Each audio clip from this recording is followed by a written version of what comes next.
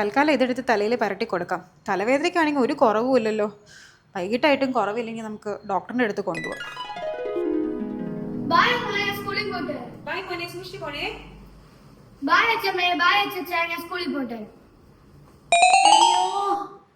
കൃഷ്ണ ഗുരുവായൂരപ്പാ, എന്റെ തലവേദനയ്ക്ക് ഒരു കുറവുമില്ല. ഇതാ അമ്മ, ഈ വിക്സ് ഒന്ന് പരട്ടി നോക്ക്. ഇതുകൊണ്ടൊന്നും ഒരു കാര്യമില്ലെന്നേ. ഒരു കുറവില്ലേ അമ്മ തലവേദന? ഒരു കുറവുമില്ല. നമ്മൾക്ക് വൈകിട്ടൊന്ന് ഹോസ്പിറ്റലിൽ പോയി നോക്കിയാലോ എന്നാ പിന്നെ? അതുകൊണ്ടൊന്നും ഒരു കാര്യമില്ലാന്നേ. എത്ര ആശുപത്രി കയറി ഇറങ്ങിയതാ, അതുകൊണ്ടൊന്നും ഇത് മാറൂല. ഇതെന്നെ കൊണ്ട് എപ്പോഴും. നമുക്ക് നോക്കാം അമ്മ. ആരാണ്ട് ബെല്ലടിക്കുന്നുണ്ടല്ലോ. ഞാൻ പോയി നോക്കിട്ട് വരാമേ. തുറന്നു കൊടുക്ക. ശരി. അമ്മയാണോ? ജൂജു ഉണ്ടല്ലോ. മോളെ, ജൂജുന് ഇന്ന് സ്കൂളില്ലേ? എന്റെ വീട്ടിൽ നിന്ന് അമ്മയാ. വാ കേറി വാ. വാ ജൂജു വാ. ചേച്ചി, എന്തുണ്ട് വിശേഷം? നിങ്ങൾ സംസാരിച്ചിരിക്കെ, ഞാൻ ചായ എടുക്കാം കേട്ടോ. ജൂജു, അമ്മായി ജ്യൂസ് എടുക്കാമേ. എന്തു ചേച്ചി, മുഖമൊക്കെ വല്ലാതെ ഇരിക്കണേ? ഒന്നും പറയണ്ട. ഒരു തലവേദന തുടങ്ങിയിട്ട് 6 മാസമായി, വിട്ടു മാറുന്നില്ല. പിള്ളേരാണെങ്കിൽ ഏതെങ്കിലും ആശുപത്രി പോവാന്നൊക്കെ പറയുന്നുണ്ട്. ഒരുപാട് ആശുപത്രി കയറി ഇറങ്ങിയതാ, ഒരു കുറവുമില്ല. ആശുപത്രിയിലൊന്നും പോകണ്ട ചേച്ചി, ചുമ്മാ മരുന്നൊക്കെ കേടല്ലേ. അങ്ങ് ശാസ്താംകോട്ടയില് ഒരു കുമ്പിടി ഉണ്ട്, വളരെ പേര് കേട്ട കുമ്പിടിയാണെന്നാണ് പറയണത്. എനിക്കുണ്ടല്ലോ ഒരു ചരടങ്ങ് ജപിച്ചു വന്നു. എന്റെ ഈ കൈയൊന്നും പൊങ്ങത്തില്ലായിരുന്നു. അപ്പൊ നോക്ക്, വീട്ടിലുള്ള എല്ലാ പണിയും ഞാൻ തന്നെ എടുക്കണേ. ചേച്ചി സമയം കിട്ടുമ്പോ ഉടനെ തന്നെ ആ കുമ്പിടിനെ ഒന്ന് പോയി കണ്ടു നോക്ക്, എല്ലാം ഒന്ന് മാറുമെന്നേ. ചുമ്മാ എന്തിനാ ഈ മരുന്നൊക്കെ കഴിക്കണേ? എന്നാ പിന്നെ അങ്ങനെ വല്ലതും നോക്കാം. ആ കുമ്പിടിയെ പോയി ഒന്നും കാണാം. ഗുളു ഗുളു ഗുഗുളു ധിമി ധിമി ധിമ്മിമി ധീനോ നോന പ്രചോദയാ.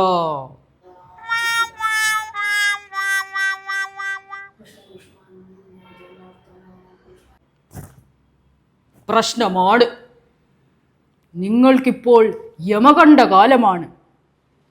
യമൻ കേതൂർ ദശയിൽ കുളികന്റെ ഉള്ളിൽ കയറി ഇരിക്കുകയാണ്. അതാണ് പ്രശ്നം.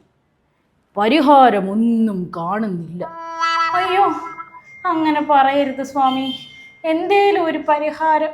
എനിക്ക് ഒട്ടും വയ്യാത്തോണ്ടാ. നോം ഒന്നുകൂടെ ഒന്ന് ധ്യാനിച്ചു നോക്കട്ടെ.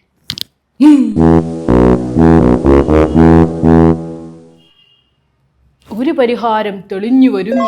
ഒരു ചരടിൽ മന്ത്രങ്ങളും തന്ത്രങ്ങളും ആവാഹിച്ചു തരും. ഒരു 3 ദിവസത്തെ ആവാഹനമായിരിക്കും. അതിനൊരു 30,000 രൂപ ചെലവുണ്ട്. എന്താ, സമ്മതമാണോ?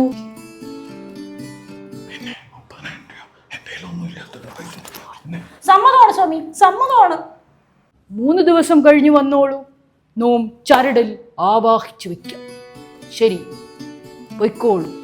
ശരി സ്വാമി, വളരെ ഉപകാരം. ശരി. എന്റെ കയ്യിൽ 30,000 രൂപ എടുക്കാനൊന്നുമില്ല, ഞാൻ പറഞ്ഞേക്കാം കേട്ടാ. മനുഷ്യ, നിങ്ങൾക്ക് എന്റെ തലയാണോ വലുത് അതോ 30,000 രൂപയാണോ വലുത്? നിന്റെ ഈ തലക്ക് കളിമണ്ണ് ഇരിക്കുന്ന തലക്ക് എന്ത് 30,000 രൂപ വിലയുണ്ടോ? എനിക്കറിയാം നിങ്ങൾ പൈസ തരൂലെന്ന്. എനിക്ക് നിങ്ങളുടെ പൈസയും വേണ്ട. എൻ്റെ മോൻ എനിക്ക് ഗൾഫിൽ നിന്ന് മേടിച്ചുകൊണ്ട് വന്ന വളയുണ്ട്. ഞാൻ ഇത് പണയം വെച്ചിട്ടാണെങ്കിലും എങ്ങനെയെങ്കിലും പൈസ കൊടുത്ത് എൻ്റെ തലവേദന മാറ്റും. എൻ്റെ ദൈവമേ. എടീ ചായ.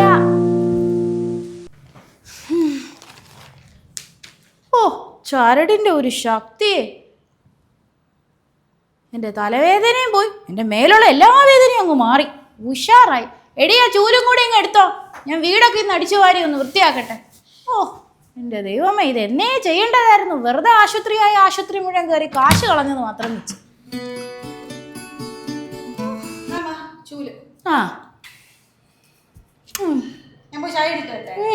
നീ പോയി ചായ എടുക്ക്. ഞാനിവിടെയൊക്കെ ഒന്ന് തൂത്ത് വരാം.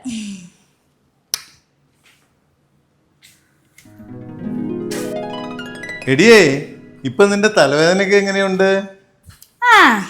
നിങ്ങൾക്കങ്ങ് പുച്ഛമായിരുന്നല്ലോ. എൻ്റെ ചരടിൻ്റെ ഒരു ശക്തി. ഞാനങ്ങ് ഉഷാറായി. എൻ്റെ ദേഹാസകലം ഒരു കുളിർമയ, എൻ്റെ തലവേദന അങ്ങ് പോയി.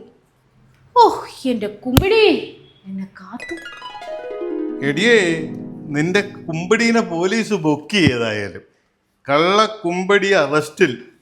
അയ്യോ മോളെ, ആ ടി വി ഒന്ന് ഓൺ ചെയ്തേ, അതിനകത്ത് മൊത്തം ന്യൂസ് ഇത് തന്നെയായിരിക്കും. അയ്യോ, എൻ്റെ വള. നിന്റെ തലയും പോയി വളയും പോയി. കൊള്ളാം. അന്ധവിശ്വാസം ആപത്ത്.